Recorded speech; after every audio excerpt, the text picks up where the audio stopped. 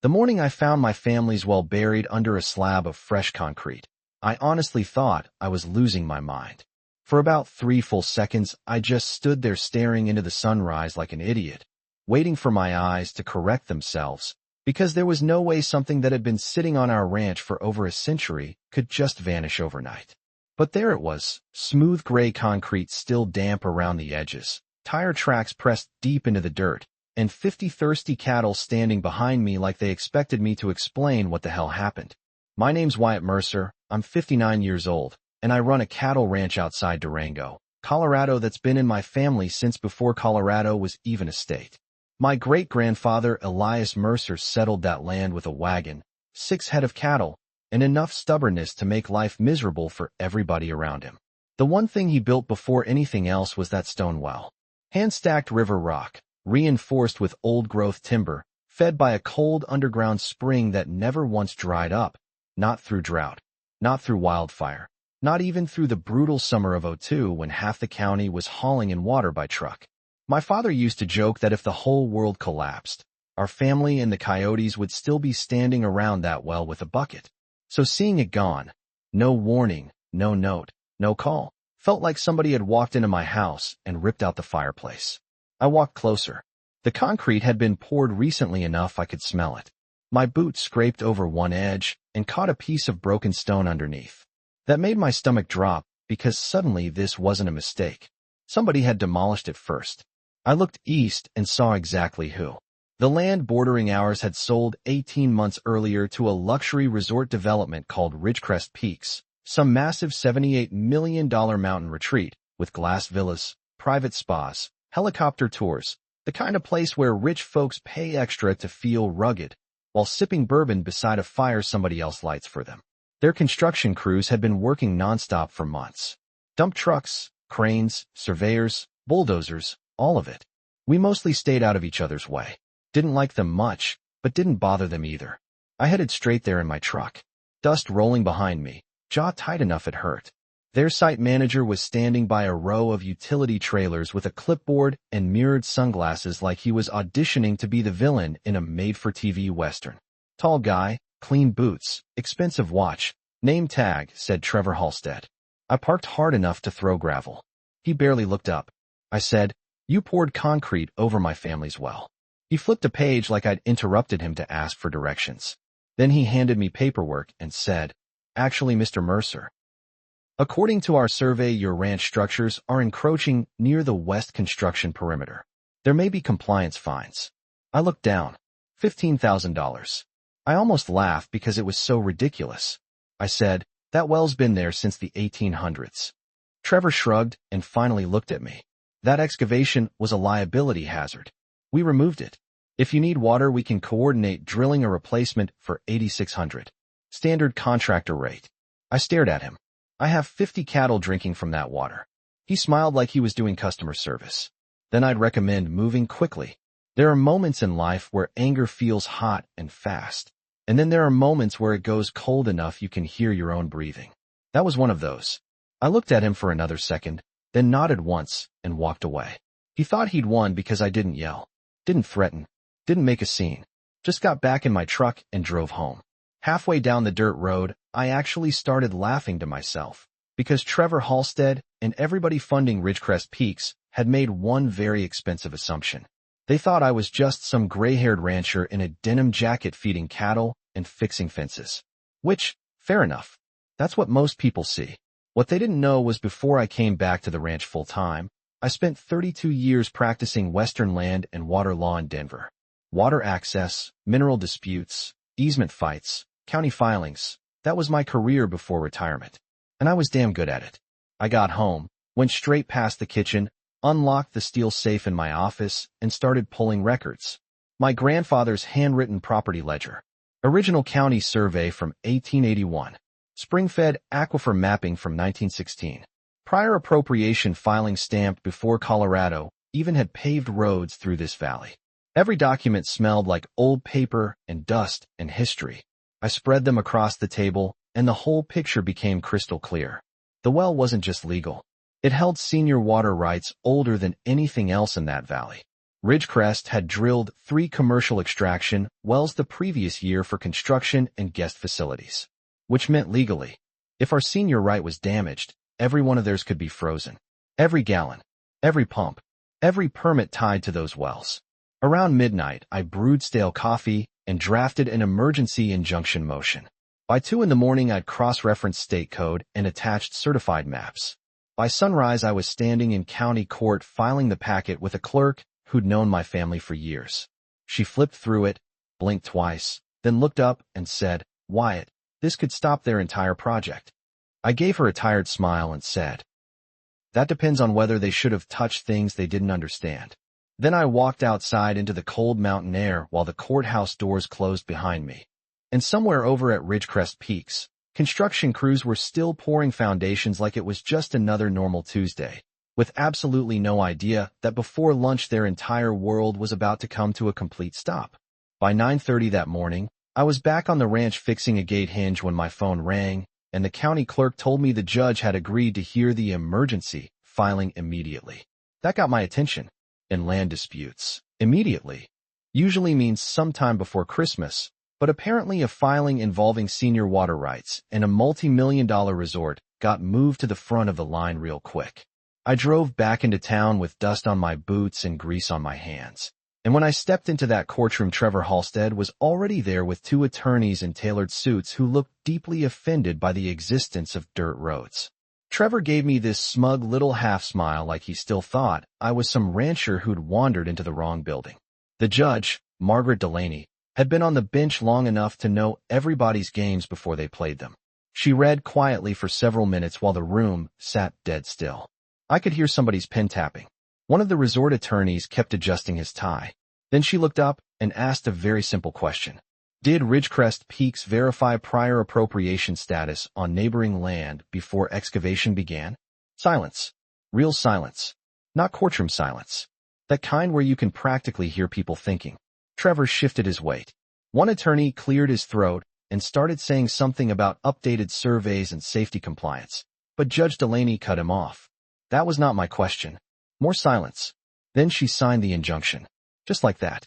Effective immediately, Ridgecrest Peaks was prohibited from extracting groundwater from all active wells on the development site until restoration of the Mercer Spring well and legal review of all water access claims were complete. I remember Trevor turning pale. It was subtle, but noticeable, like somebody had quietly opened a window and all the heat left his body. I walked out before anybody said another word. By the time I got back to the ranch, the first convoy of county vehicles was already heading toward the resort. Inspectors, water enforcement, permit review. They shut pumps off before noon. The crews still standing around there probably had no clue why a normal workday suddenly turned into chaos. One of my neighbors, Dean Holloway, called around 1 and said, "Wyatt, did you just shut those folks down?" I told him I wasn't sure yet. He laughed and said, "Buddy, they're standing around like someone unplugged Christmas." By day 3, the place looked eerie. No drilling, no machinery, no dust clouds. Just expensive equipment parked motionless against the mountains. A crew of framers sat eating lunch in silence because they couldn't continue plumbing or concrete pours without water. Day 7, investors started showing up in black SUVs. I saw them from my pasture line. Day 14, Trevor came to my gate wearing sunglasses and trying very hard to sound calm. "Mr. Mercer," he said, "we'd like to discuss temporary accommodation." I leaned against the fence and let him talk. He offered to drill a replacement well immediately, on their schedule, using their contractors. He called it a good faith resolution. I asked one question. "You planning to restore my original stone well exactly as it stood?" He hesitated. "That may not be practical." I nodded and said, "Then I guess we're done talking." He clenched his jaw and walked back to his SUV. That's when I realized something important. Trevor wasn't in charge anymore. He was reporting upward and getting pressure from people way richer and way angrier than him. The next month got ugly. Fast. Day 30, rumors spread around town Ridgecrest missed an investor deadline tied to opening permits. Day 42, subcontractors started threatening breach notices. Day 50, a temporary labor crew got sent home. I ran into one of their electricians at the feed store and he muttered, "Never seen anything like it." 80 guys on payroll standing around because nobody can turn on a faucet. Every morning I'd water cattle from backup tanks I'd rented, and every afternoon I'd see another black SUV heading toward that stalled construction site. It would have been funny if it wasn't exhausting. People assume winning a legal fight feels great every second. It doesn't. It's stressful as hell. I was hauling water, losing sleep, fielding calls from county offices, and trying not to think about the possibility some judge higher up might overturn the injunction. There were nights I sat on my porch staring toward the resort lights wondering whether I'd gone too hard. Then I'd remember Trevor smiling while he told me I should thank him for destroying something my family had protected for 5 generations, and I'd sleep just fine. Around day 63 they got desperate. Their lead attorney requested mediation. We met in a conference room downtown. Trevor was there. A regional finance executive was there. 2 lawyers. Their engineer. Me in a denim shirt with a folder. Their engineer started talking about structural alternatives and revised access routes. Then Trevor interrupted and said, "With respect, this has gone beyond reason." I looked at him and said, "Beyond reason was pouring concrete into a private well without permission." The finance executive tried smoothing it over. "Mr. Mercer, we'd like to compensate you fairly." "Fairly," I said. "My great-grandfather dug that by hand. My father maintained it 40 years. Your people buried it in a morning and billed me for the privilege." Nobody had much to say after that. We left with nothing signed. Day 78, a local paper picked up the story. Then Denver media grabbed it. Suddenly Ridgecrest wasn't some glamorous mountain development anymore. It was luxury resort halted after dispute over historic family water rights. That got attention. Day 93 was when things really cracked. 3 subcontractors filed liens. 1 supplier froze deliveries. Rumor hit town that guests with pre-booked reservations were demanding refunds before the grand opening even happened. Then on day 127, just before sunset, I heard tires on gravel. A black Escalade rolled up my driveway. Not Trevor this time. A woman stepped out wearing a charcoal suit and practical boots like she'd been told not to underestimate ranch dirt. Mid-50s maybe. Sharp eyes. Calm voice. "Wyatt Mercer?" "Depends who's asking." She smiled faintly. "Eleanor Briggs, Chief Financial Officer for Ridgecrest Holdings." I invited her to the porch because if someone drives 2 hours to your ranch at sunset, odds are they're serious. She didn't waste time. Our losses currently total $4.6 million. Delayed contracts, labor costs, investor penalties, vendor litigation. She opened a leather folder and slid over checks. $68,000 for full historic restoration of the well using certified stone masons. $14,000 reimbursement for emergency livestock water costs. $24,000 for legal fees. I looked them over and said nothing. Eleanor folded her hands. "Mr. Mercer, we'd like this resolved." The mountains were turning orange behind her. Cattle were moving near the fence line. I could hear wind in the cottonwoods and somewhere in the distance a generator humming from the stalled resort property. And I'll be honest, I thought about my dad for a second. Thought about how he'd probably grin and say, "Don't rush now. Let them sweat a little longer." So I stood up, walked inside, opened my desk drawer, and pulled out one final document I drafted 3 weeks earlier in case this exact conversation happened. I set it on the table between us. Eleanor read quietly, then looked up. "A permanent easement. 99 years, I said. "My family gets guaranteed access to water from any current or future source on Ridgecrest land if ours is ever disrupted again. No fees. No approvals. No interference." She exhaled slowly and leaned back. "That's substantial." So was burying a 140-year-old well. She actually smiled at that. Tired smile. The kind executives get when they know they've already lost the argument and are just measuring the damage. She looked toward the resort, then back at me. "If I sign this tonight, can we lift the injunction tomorrow?" "Soon as restoration crews begin and county verifies compliance." She thought maybe 10 seconds, maybe 15. Then uncapped her pen and signed. Clean signature. No drama. Just ink on paper. And the entire balance of power in that valley changed right there on my weathered porch while the sun disappeared behind the Colorado ridgeline, and the resort that had tried to erase my family's history sat dark and silent waiting for permission to breathe again.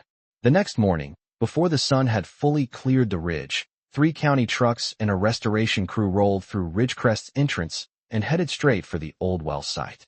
I stood there with a coffee mug in one hand and watched men in hard hats cut through the concrete they'd poured like they were opening a vault they never should have sealed in the first place. The sound echoed across the pasture. Sharp, metallic, final. Piece by piece they pulled the slab apart, and underneath it, buried under all that arrogance and money and rushed construction schedules, was the original stone ring. Damaged, but still there. A few stones cracked, timber braces splintered, concrete dust everywhere, but the bones of it had survived. I can't explain exactly what that felt like. Relief, mostly. But more than that, something deeper. Like hearing the voice of someone you thought you'd lost. I remembered standing there as a kid while my father lowered buckets and taught me how to read the water level by the echo. I remembered my grandfather resting his hat on those stones every July while the cattle crowded around. It wasn't just a well.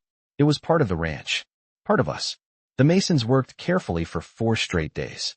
Hand-fitted stone. Reinforced timber. County inspectors checking every stage. On the 5th afternoon, the lead mason gave me a nod and stepped aside. The spring water rose clean and cold through the center, just like it always had, catching the sunlight. One of my heifers walked right up like she'd been waiting on an invitation and started drinking. I laughed out loud standing there by myself because after 4 months of lawyers, filings, county offices, and million-dollar pressure, that simple sound of cattle drinking from running water felt better than any courtroom victory I ever had. By noon the injunction was lifted. Ridgecrest's pumps came back online. Crews returned. Machinery roared to life. The whole place woke back up like somebody restarted a giant machine. But it wasn't the same. Trevor Halstead never came back. Heard he got reassigned somewhere in Nevada after investors needed somebody to blame. Eleanor Briggs sent over final copies of the easement and even a handwritten note thanking me for resolving the matter professionally, which made me laugh harder than I expected. Professionally. That's one word for it. A month later, Ridgecrest finally opened. Fancy grand opening, ribbon cutting, local press, all of it. Helicopters overhead, champagne, mountain view suites. And right there near the property entrance, built into a stone display wall where guests checked in, was a bronze plaque. Restored historic Mercer Spring. Water source established 1881. Protected by agreement with the Mercer family. I drove by once and saw tourists reading it while dragging expensive luggage across polished stone walkways. Nobody had any clue how close that entire resort came to collapsing because somebody thought an old ranch well was just debris in the way. Every once in a while, Eleanor still calls when they need to review utility expansion or county filings. Funny how fast people start respecting your opinion once ignoring it cost them a few $1 million. But the part that stayed with me wasn't the money or the legal win or even watching Ridgecrest scramble after all that swagger. It was one evening about a week after the restoration. I was sitting on the stone edge of that well with my grandson Caleb. He's 9, skinny kid, curious about everything. He dipped a tin cup in and asked me, "Grandpa, why'd they cover this up?" I thought about that for a while before answering. Then I told him, sometimes people move so fast chasing the next big thing, they stop paying attention to what was already standing there keeping everything alive. He nodded like kids do when they understand more than adults expect. Then he drank from that cup and handed it to me. Cold spring water. Same source my great-grandfather drank from. Same one my father protected. Same one some developer nearly buried forever because they thought history didn't matter if nobody was looking. Maybe that's the thing people forget. Land remembers. Communities remember. Old agreements written by hand and fading ink still matter when they were built right the first time. And sometimes the quiet old rancher standing behind a fence line knows a whole lot more than the folks arriving in black SUVs with contracts and deadlines. So now I'm curious what you think. If Ridgecrest had offered a check the first day and apologized, would you have settled? Or would you have pushed it all the way like I did? Was it justice? Or did I make them pay harder than I needed to? Drop your take in the comments, because around here everybody's got an opinion when land, pride, and old promises collide, and I'd honestly like to hear yours.